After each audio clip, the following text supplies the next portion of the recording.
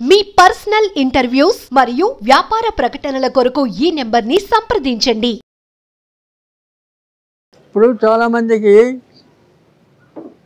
జుట్టు రాలిపోవడం, చాలామంది జుట్టు అసలు రాలిపోవడానికి కారణాలు కూడా చాలా ఉన్నాయి.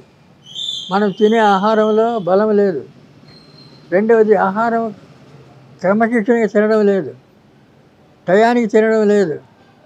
ఆ తర్వాత మనం వాడే సబ్బులు, ఈ ఫ్యాషన్స్కి సరమించి అలోపతులు తయారు చేసినటువంటి ఈ లోషన్లు ఇవన్నీ కలిపి ఇవన్నీ చేస్తుంటే షాంపూలు ఇవన్నీ కూడా ఉన్న జుట్టు రాలిపోవడానికే పనిచేస్తాయి. కానీ జుట్టుని పెంచి ఉండే జుట్టుని పోగొట్టకుండా చేసేటువంటి షాంపూలు, తర్వాత ఈ లోషన్లు, ఈ నూనెలు, ఇటువంటివన్నీ అలోపతి డాక్టర్లు ఎవరు తయారు చేసింది ఇంతవరకు చరిత్రలో లేదు, చేయలేరు.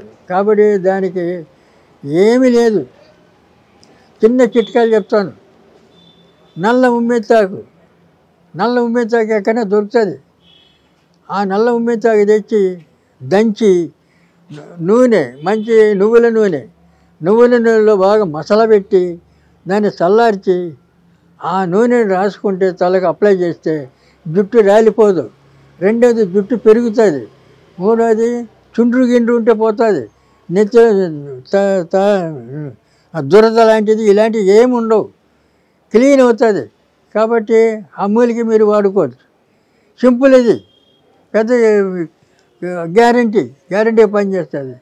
అలాగే మీకు ఇంకా కొన్ని ఇప్పుడు మనం చీకాయ, కుంకుడుకాయలు ఇలాంటివి మనం పూర్తిగా మానేసినాం.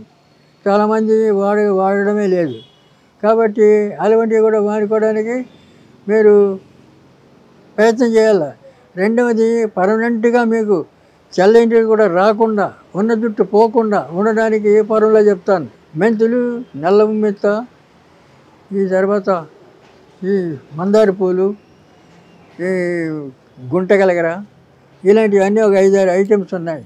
ఇవన్నీ చేర్చి బాగా నువ్వుల నూనెలో మసలబెట్టి ఆ నూనెను అప్లై చేస్తే ఎప్పటికీ కూడా వెంట్రుకలు చల్లబడవు, నల్లగానే ఉంటాయి, జుట్టు రాలిపోదు, జుట్టు కూడా పెరుగుతుంది. కాబట్టి మీకు ఎలాంటి ఇబ్బందులు ఉండవు.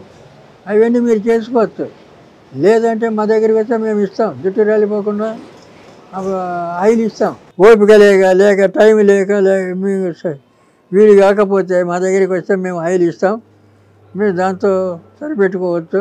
కాబట్టి మీరు ఆయుర్వేదాన్ని నమ్మకంతో ఆయుర్వేదం వాడుకోవడం మీరు చాలా ఉపయోగకరమని మనవి చేస్తున్నాను.